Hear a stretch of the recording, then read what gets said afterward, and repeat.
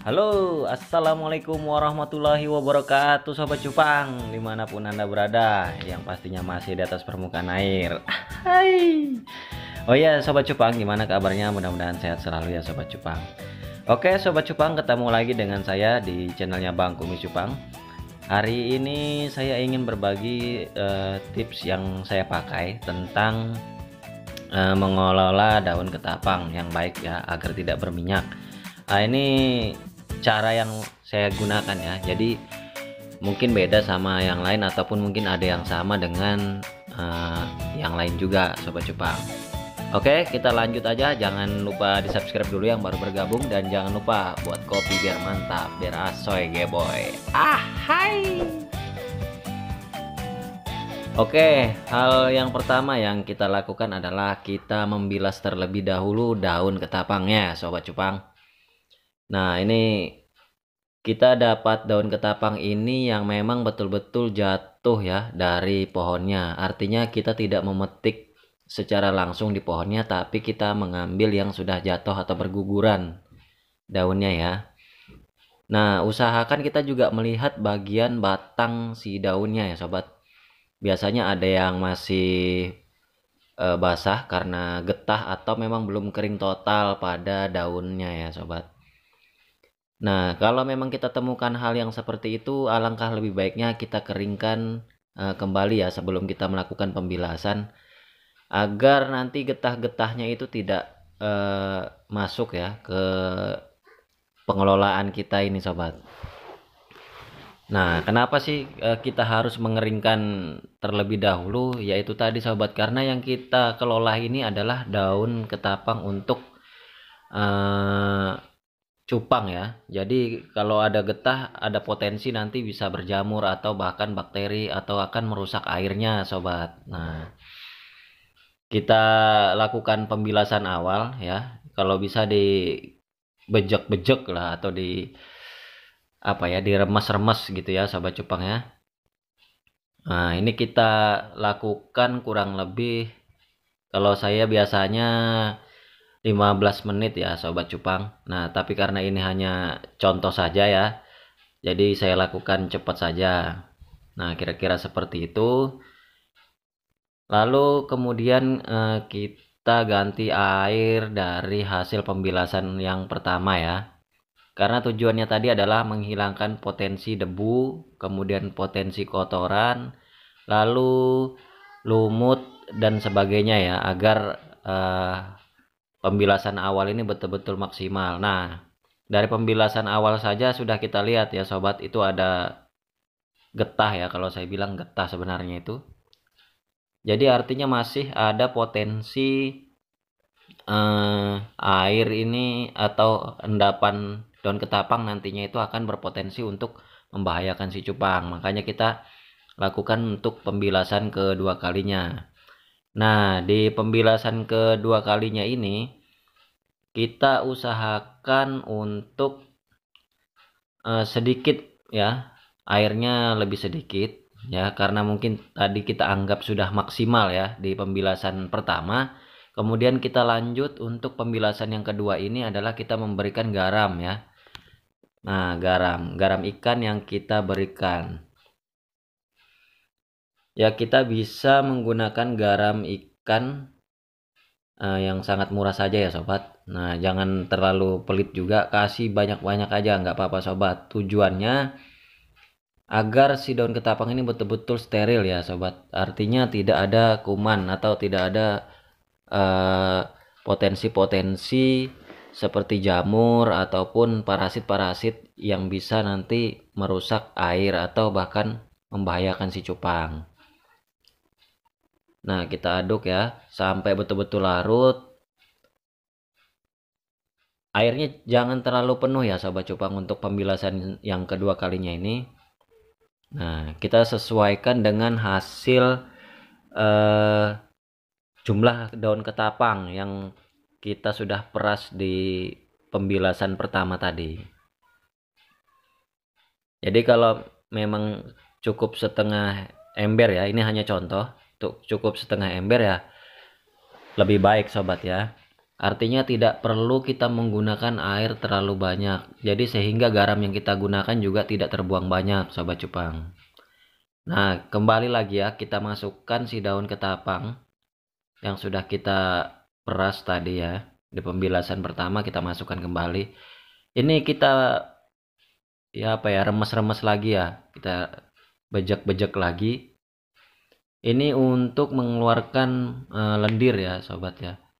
Daun ketapang ini juga bisa mengeluarkan lendir ya, kalau memang nanti kita rendam tidak dikelola dengan baik ya.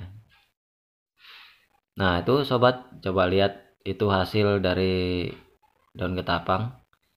Nah, itu termasuk getah ya sobat ya, termasuk getah daun ketapang. Ya, kita bejek-bejek ya. Kalau saya biasanya 15 sampai 30 menit ya, setelah saya bejek, saya peras, bejek, peras, saya diamkan ya sobat cupang. Saya diamkan selama 15 menit hingga 30 menit agar garam-garamnya itu meresap sobat cupang ke dalam si daun ketapangnya. Nah, ini usahakan ya bagiannya daun ketapang tuh terendam. Nah, sambil kita pilah-pilah sobat, karena ada bagian batang-batang yang memang belum kering. Nah, ini juga tadi yang saya maksud, berpotensi juga ya sobat untuk merusak air atau bahkan membahayakan si ikan cupang nantinya. Ya, kita bejek-bejek aja sobat ya. Oh ya sobat cupang, sambil nonton jangan lupa ngopi dulu sobat biar mantap ya. Nah, bejeknya sekuat hati aja sobat, jangan ragu-ragu, jangan malu-malu, gaspol, rempol pokoknya.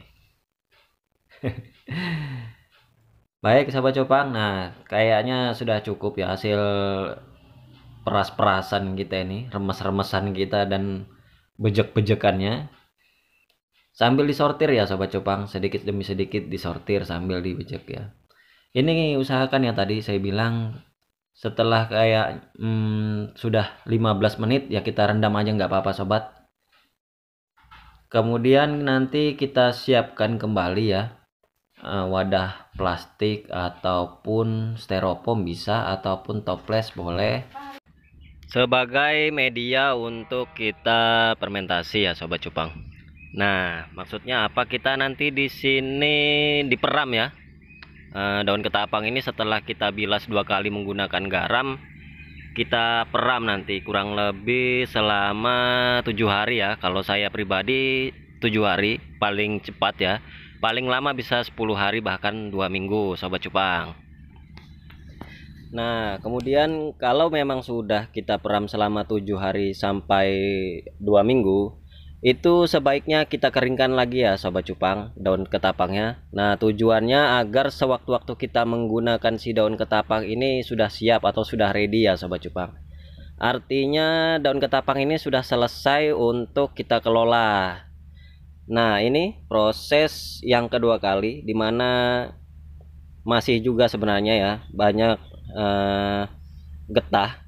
Kalau saya bilang ini masih getah ya sobat, ini sangat berbahaya untuk ikan cupang, bahkan bisa menimbulkan kematian ya sobat cupang. Jadi sebenarnya pembilasan itu tergantung dari daun ketapang yang memang kita ambil, apakah dia memang betul-betul posisinya kering total atau kita mendapatkan daun ketapang yang masih ada getahnya atau masih muda. Nah, itulah gunanya mengapa saya rekomendasikan betul-betul menggunakan daun ketapang yang kering total ya, atau memang betul-betul jatuh dari pohonnya. Nah, ini sobat cara kita untuk proses pemeraman ya. Kita memeram daun ketapang. Kalau saya biasanya menggunakan media plastik ya sobat ya. Boleh tas kresek seperti ini ya, tas kantongan. Kita ungkep ya sobat ya selama kurang lebih 7 hari sampai 2 minggu. Nah, ini biar garam-garam ikannya tadi meresap di dalam daun ketapang juga. Nah, semakin lama sebenarnya semakin baik ya sobat cupang untuk kita melakukan proses pemeraman. Oke sobat cupang, nah ini dia hasil dari daun ketapang yang sudah saya kelola. Ini saya baru memeram sekitar 1 minggu. Dan ini baru saya rendam daun ketapangnya baru 15 menit ya sobat, 15 menit yang lalu, dan hasilnya seperti di video ini. Jadi hal yang perlu kita perhatikan adalah proses pengelolaannya sobat cupang. Yang pertama adalah kita membilas daun ketapang yang memang betul-betul kering ya. Jadi daun ketapang memang betul-betul kering. Yang kedua adalah kita membilas dengan menggunakan garam ikan, atau bisa juga sih sebenarnya garam dapur, tapi saya rekomendasi garam ikan. Lalu yang ketiga maksud saya adalah proses pengeraman ya, diperam. Jadi daun ketapang setelah proses kedua tadi dengan menggunakan garam ikan, kita peram ya sobat cupang, itu kurang lebih 7 hari sampai 2 minggu. Lalu yang terakhir adalah proses pengeringan kembali agar setiap saat kita bisa menggunakan si daun ketapang ya sobat cupang. Baik sobat cupang, mudah-mudahan informasi yang sangat singkat ini bermanfaat untuk sobat cupang di rumah. Kurang lebihnya saya mohon maaf. Jangan lupa di subscribe dulu ya sobat cupang. Ada komentar, ada masukan, silahkan komen di bawah ini. Assalamualaikum warahmatullahi wabarakatuh.